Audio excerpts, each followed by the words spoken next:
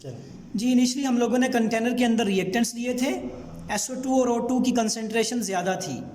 इन दोनों ने आपस में मिक्स होना शुरू किया, रिएक्ट करना शुरू किया और SO3 बनना शुरू हुआ। यही बात मैंने पहले पॉइंट्स में डिस्कस किया है कि SO3 शुरू में बहुत कम होता है, इसलिए रिवर्स रिएक्शन का जो रेट है वो भी कम होता है। आफ्टर सम टाइम SO3 की कंसंट्रेशन बढ़ती है, रिवर्स रिएक्शन का रेट भी बढ़ता है। और एक वक्त ऐसा आता है जब फॉरवर्ड रिएक्शन मीन SO2 और O2 का मिलना और SO3 बनाना, और रिवर्स रिएक्शन मीन SO2 और O2 का दोबारा से मिलना, SO3 का डिकम्पोज होना और SO2 और O2 बनाना, इन दोनों का रेट इक्वल हो जाता है। इस स्टेज के ऊपर जिस रेट से, जिस स्पीड से SO2 और O2 रिएक्ट कर रहे होते हैं, उसी स्पीड से SO3 डिकम्पोज हो रहा होता है। तो ना तो कंसंट्रेशन ऑफ SO3 में चेंज आ रहा होता है और ना ही कंसंट्रेशन ऑफ SO2 और O2 में कोई चेंज आता है। इसी स्टेज को इक्विलिब्रियम स्टेज कहते हैं। तो रिवर्सिबल रिएक्शन में वो स्टेज जहाँ पर रेट ऑफ रिवर्स रिएक्शन और rate of forward reaction equal हो जाए, उसको इक्विलिब्रियम स्टेज कहते हैं।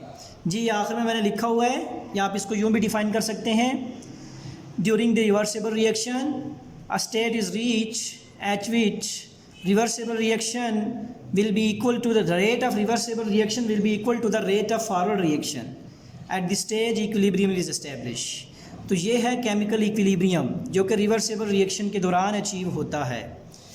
अब आइए थोड़ी सी बात और आगे करते हैं। जो केमिकल इक्विलिब्रियम होता है ये आपके पास डायनामिक होता है। जी सबसे पहले तो डायनामिक के बारे में सुन लें। डायनामिक का जो लिटरल मीनिंग है मोशन।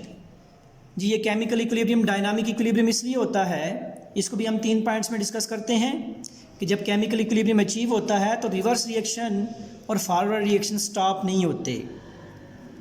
इंडिविजुअल जो मॉलिक्यूल्स होते हैं वो कंटिन्यूसली रिएक्ट कर रहे होते हैं और एक्चुअल अमाउंट ऑफ रिएक्टेंट्स और प्रोडक्ट्स में स्टेज पे कोई चेंज नहीं आ रही होती।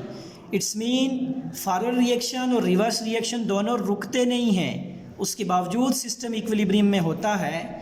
तो ऐसा इक्विलिब्रियम जिसमें रिएक्शन हो रहे हों, इक्वल रेट से हो रहे हों, लेकिन सिस्टम इक्विलिब्रियम में आ जाए, उसको डायनामिक इक्विलिब्रियम कहते हैं। तो केमिकल इक्विलिब्रियम डायनामिक इक्विलिब्रियम है।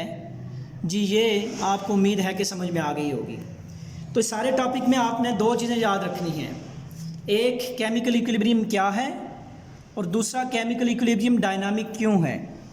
ये 2 शॉर्ट क्वेश्चंस हैं और अगर आपने इसको एक्सप्लेन करना हो लॉन्ग क्वेश्चन के तौर पर, तो सबसे पहली बात आपने केमिकल इक्विलिब्रियम को डिफ़ाइन करना है और उसके बाद ये जो एक्सप्लेनेशन नोट्स के अंदर आपको बनी हुई नज़र आ रही होगी, इसको एक्सप्लेन कर लेना है।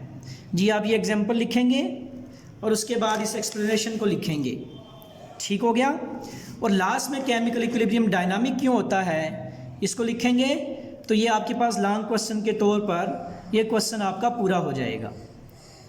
आज की एक्टिविटी आप लोगों के लिए सेल्फ असेसमेंट है, जो कि सेल्फ असेसमेंट नंबर 2.1 बनती है, 9.1 बनती है। जी ये 2 रिएक्शन आपको दिए हुए हैं, इसमें आप लोगों ने फॉरवर्ड रिएक्शन को और रिवर्स रिएक्शंस को अलग अलग करके नीट एंड क्लीन लिखना है।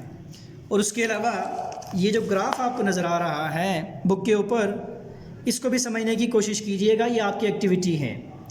अगर आपको ये समझ ना लगे तो काइंडली ग्रुप्स के अंदर बताइएगा ताकि मैं इसको नेक्स्ट टॉपिक में नेक्स्ट लेक्चर में डिस्कस कर सकूँ। जी आज के लिए इतना ही काफ़ी है। शुक्रिया। अल्लाह हाफ़िज़।